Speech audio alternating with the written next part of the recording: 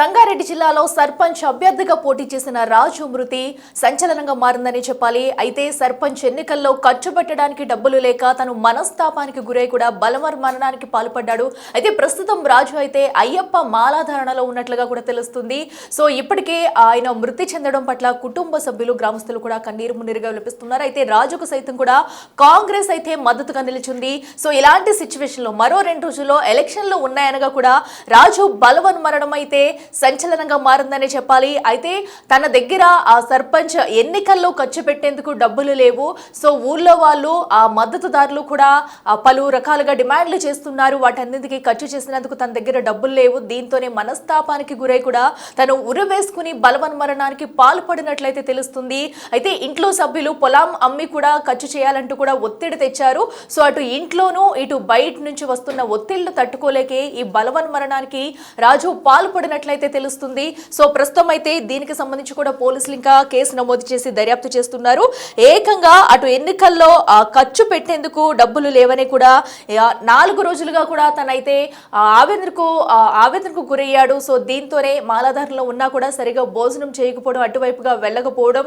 So 4 రోజుల నుంచి కూడా తనైతే తీవ్ర మనస్తాపానికి గురైనట్టయితే తెలుస్తుంది. సో ఈ నేపథ్యంలోనే ఇలాంటి డిసిషన్ అయితే రాజు తీసుకున్నట్టయితే తెలుస్తుంది. అయితే దీనిపై ఇంకా వరుసగా పోలీసులు విచారణ చేస్తున్నారు. అటు గ్రామస్తులతో పాటు తనకి ఎవరైతే మద్దతుగా నిలుస్తున్నారో మద్దతుదారులు అలాగే కుటుంబ సభ్యులను కూడా ఈ ఘటనకు సంబంధించి ప్రశ్నించే అవకాశం అయితే కనిపిస్తుంది. ఒక్కసారిగా రాజు బలవన్మరణం పొందడంతో ఆ గ్రామంలో విషాద ఛాయలు అలుముకున్నాయని చెప్పాలి.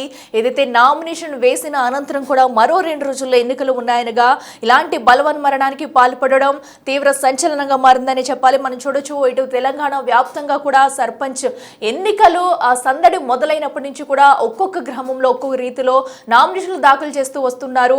సో కొన్ని చోట్ల ఏకగ్రీవాలు అవుతున్నాయి, కొన్ని చోట్ల అయితే పలు డిమాండ్లు వినిపిస్తున్నాయి, కొన్ని చోట్ల వేలం పాటలు వేసుకుంటున్నారు. సో అలాంటి తరుణంలో ఒక్కసారిగా ఏకంగా సర్పంచ్ అభ్యర్థిగా నిలబడిన అనంతరం సో ఊరు కోసం పలు హామీలు ఇచ్చి కూడా ఈ నామినేషన్లు అయితే వేస్తున్నారు జనం. సో అయితే కాంగ్రెస్ కూడా మద్దతు పలికిన అనంతరం కూడా తన మద్దతు ఉంటుంది. ఒక సర్పంచ్ అభ్యర్థిగా వేసిన తర్వాత కూడా సో పార్టీ నుంచి కూడా సపోర్ట్ ఉండే అవకాశం ఉంది. అలాంటిది ఈ రోజు ఆ రాజు బలవన్మరణం కాస్త సంచలనంగా మారిందని చెప్పాలి. ఇక మరింత సమాచారం మా ప్రతినిధి దుర్గారెడ్డి అందిస్తారు. దుర్గారెడ్డి, చెప్పండి.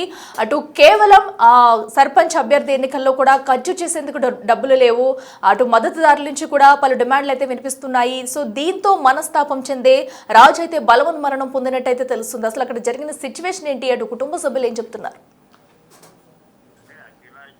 మన పీపడపల్లి కాంగ్రెస్ పార్టీ అభ్యర్థి తరఫున పోటీ చేస్తున్న రాజు ఎవరైతే ఉన్నారో ఆత్మహత్య చేసుకోవడం రాష్ట్ర వ్యాప్తంగా ఒక సెన్సేషనల్ గా మారింది.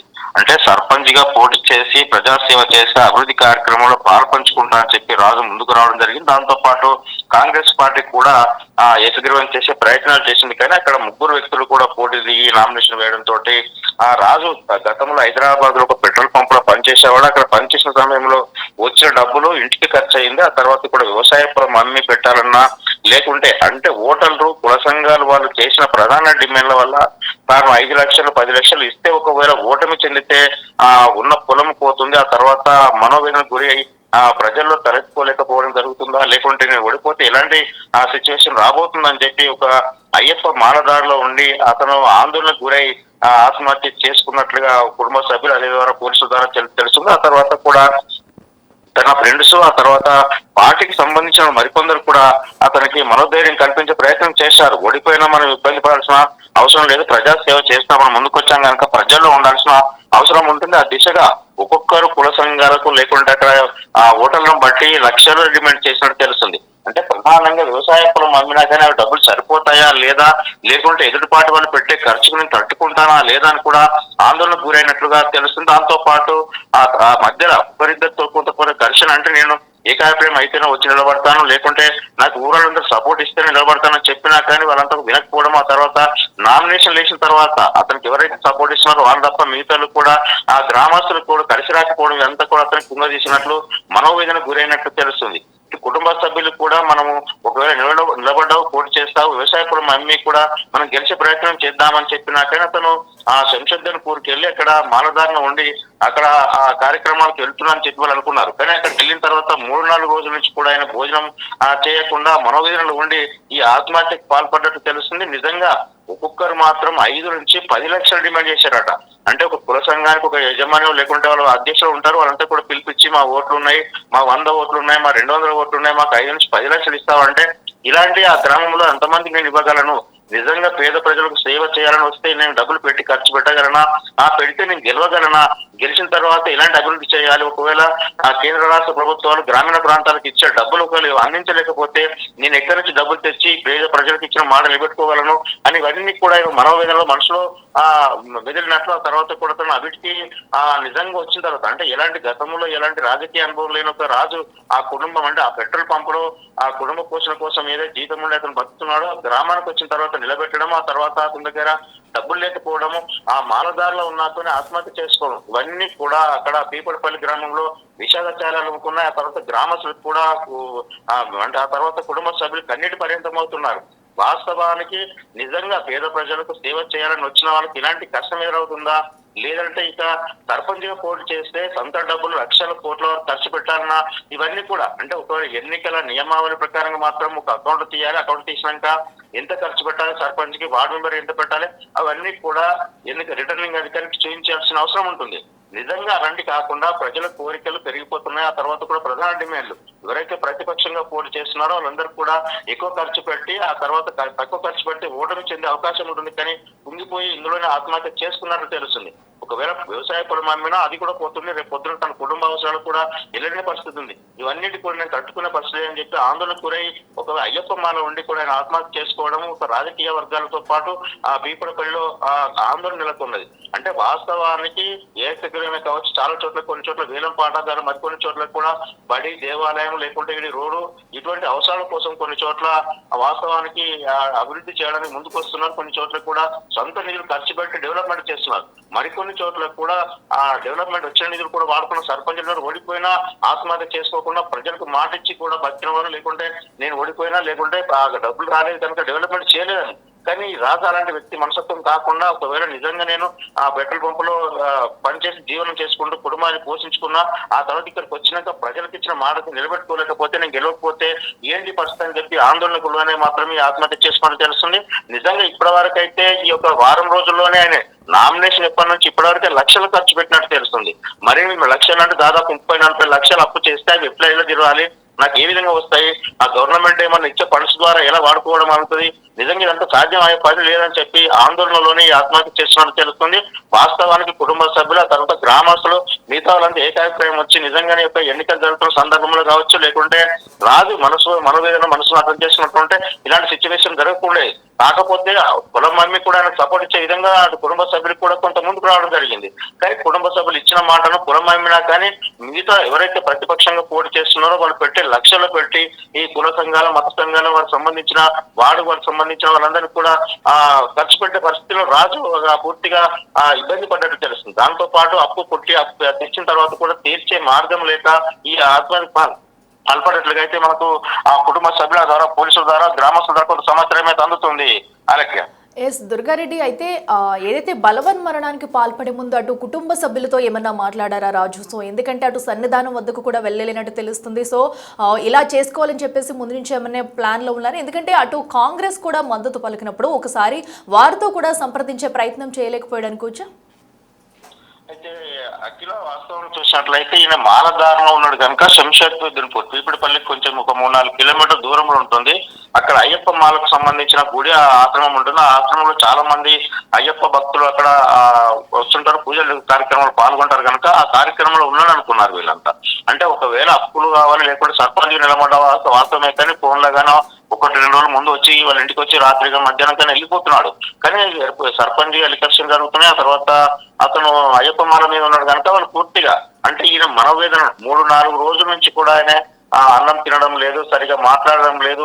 ఆ తర్వాత ఎన్నికల్లో కొంచెం ఆందోళనకు గురైన మాట వాస్తవమే, కానీ ఇలాంటి ఆత్మహత్య చేసుకుంటాడు, నిజంగా ఇంత ఘోరం జరుగుతున్నాడు, మేము అసలు ఇక్కడికి ప్రాంతానికి కాదు, అసలు ఈ హైదరాబాద్ పెట్రోల్ పంప్ నుంచి రాణించే వాళ్ళమే కాదు, అసలు పోటీ నామినేషన్ వేయించే వాళ్ళమే కాదు అని చెప్పి ఆ కుటుంబ సభ్యులు కన్నీటి పరిమితమవుతున్న విషయం తెలుస్తుంది. వాస్తవాన్ని చూస్తే రాజు మనస్తత్వం మాత్రం చాలా మంచిది. నిజంగా పేద ప్రజలకు సేవ చేయాలనే ఆలోచనతో పెట్రోల్ పంపులో జీతం మానుకొని గ్రామానికి రావడం జరిగింది. గ్రామానికి వచ్చిన తర్వాత నామినేషన్ ఇచ్చిన తర్వాత ఓటర్లు వీళ్ళంతా కూడా ఎదుటి పార్టీ వాళ్ళు ఎవరైతే నామినేషన్ ఇచ్చారో వాళ్ళు చేసే ఖర్చు, వాళ్ళు చేసే ప్రలోభాలు, ఆ తర్వాత ఓటర్లు అడిగే డిమాండ్ ప్రధానంగా డబ్బులు, మద్యము, తర్వాత ఇతర అంటే దాదాపు మా సంఘానికి కమ్యూనిటీలు కట్టేయాలి, మాకు సంబంధించిన రోడ్డు వేయాలి, మాకు సంబంధించిన సమస్యలను పరిష్కరించాలి, గ్రామానికి ఇచ్చిన మాట ప్రతి ఒక్కరు తీర్చాలి. ఏ ఓటర్ దగ్గరికి వెళ్ళినా కానీ ఈ విధంగా మాట్లాడడం వల్ల ఎన్ని తప్పుకోగలమా, నేను డబ్బులు ఎక్కడికే తేవాలి, కేంద్ర రాష్ట్ర ప్రభుత్వాలు గ్రామీణ ప్రాంతాలకు సర్పంచ్ ఎన్ని డబ్బులు ఇస్తుంది, ఆ నిధుల ద్వారా మా గ్రామానికి సంబంధించిన ప్రజల పరిష్కారం చేసే దిశగా నేను ఉండగలనా కూడా ఆయనకు మనోవిధంసలు ఎదురయ్యాయి. అంటే రాజకీయ గతంలో ఎప్పుడు కూడా పోటీ చేయలేదు, ఇక్కడికి వచ్చిన తర్వాత పోటీ చేయాలన్న ఆలోచనతో కాంగ్రెస్ పార్టీ మద్దతు ఇచ్చింది, సపోర్ట్ ఇచ్చింది. కానీ గెలుపు ఓటర్లు ఏ విధంగా ఉన్నా, ఒకవేళ గెలిచినా ఓడిపోయినా కానీ ఆయన చనిపోయి ఆత్మహత్యగా కానీ ఆందోళన అవకాశం లేకుండా చాలా మంది ఓడిపోతుంటారు.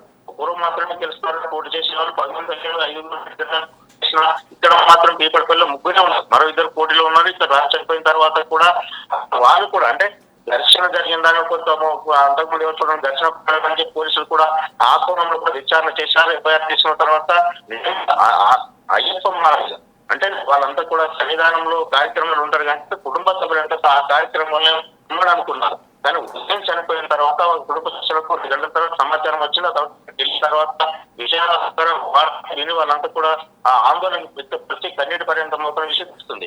కానీ ఇప్పటివరకైతే రాష్ట్రంలో చాలా చోట్ల ఇప్పటికి ఎక్కడైనా జరిగిందంటే కూడా నిజంగా ఓడిపోయిన వాళ్ళు ఉన్నారు, ప్రజలకు హామీ ఇచ్చి ఎక్కడ చేయని వాళ్ళు ఉన్నారు. కానీ అలాంటి విషయం రాజుకు అలాంటి ఆలోచన లేకుండా నేను మాటిస్తే నిలబెట్టుకోవాలనే ఆలోచనతో ఆత్మహత్య చేస్తున్నట్లుగా తెలుస్తుంది. ఇలా okay, right Durga Reddy, thank you. So ఏదైతే అటు తెలంగాణలో సర్పంచ్ ఎన్నికలు ఎంత కాస్ట్లీగా మారాయనేది కూడా రాజు బలవన్ మారడంతో మనం అర్థం చేసుకోవచ్చు. సో ఏదైతే అటు ప్రజలకు మేలు చేయాలి, తమ గ్రామాన్ని అభివృద్ధి చేసుకోవాలనే ఆలోచనతో కూడా నామినేషన్ వేసిన రాజుకైతే అటు ప్రత్యర్థుల డిమాండ్లు, ప్రజల డిమాండ్లతో తను ఏకంగా ఈ ప్రపంచాన్ని వదిలి వెళ్ళిపోవాల్సిన సిచ్యువేషన్ అయితే నెలకొంది. సో తన దగ్గర డబ్బులు లేక అంత లక్షల్లో డబ్బులు ఖర్చు పెట్టలేని స్థితిలో తను ఉన్నానని, సో ఈ సమయంలో ఏం చేయాలో పాలుపోక ఈ రాజకీయాలు నాకు వద్దంటూ కూడా తీవ్ర మనస్తాపం చెందిన రాజు అయితే చెట్టుకు ఉరివేసుకుని బలవన్ మరణానికి పాల్పడిన విషాద ఘటన మనం చూస్తున్నాము. దీంతో ఆ గ్రామంలో విషాద ఛాయలు అలుముకునే అని చెప్పాలి. సో ఏదైతే ఆ సర్పంచ్ అభ్యర్థిగా నామినేషన్ దాఖలు చేశారు, కాంగ్రెస్ కూడా మద్దతు ప్రకటించింది. సో మరో 2 రోజుల్లో ఎన్నికలు జరుగుతున్నాయి అనగా కూడా రాజు తీసుకున్న ఇలాంటి ఒక డిసిషన్ సెన్సేషనల్ గానే మారిందని చెప్పుకోవాలి. సో ఏదైతే అటు సర్పంచ్ ఎన్నికల్లో గెలిచిన అనంతరం కూడా తమ గ్రామానికి, తమ ప్రజలకు ఏదో చేయాలి, ముందుకు రావాలనే ఆశతో ఒక నామినేషన్ వేశాడు. అయితే ప్రజల నుంచి వస్తున్న డిమాండ్లు, ఒత్తిళ్లు, అలాగే ఆ కుల సంఘాల వారిగా కూడా వినిపిస్తున్న డిమాండ్లు ఇవన్నీ నెరవేరుస్తానా లేదా, ఒకవేళ పొలం అమ్మితే దాన్ని మళ్ళీ నేను తెచ్చుకోగలనా, ఒకవేళ నెగ్గిన అనంతరం కూడా ప్రభుత్వం తరపు నుంచి నిధులు వస్తాయా రాదే అనే ఒక సందేహంతో కూడా గత 4-5 రోజులుగా రాజు అయితే తీవ్ర మనస్తాపానికి గురై కేవలం వీటన్నిటినీ కూడా ఎదుర్కోలేకే తనైతే బలవన్ మరణానికి పాల్పడినట్టు తెలుస్తుంది. అయితే దీనిపై ఇంకా పోలీసులు అయితే విచారణ కొనసాగిస్తున్నారు. సో ప్రస్తుతం అయితే రాజు ఆ మృతితో కూడా ఆ గ్రామంలో విషాద ఛాయలు అలుముకున్నాయని చెప్పాలి.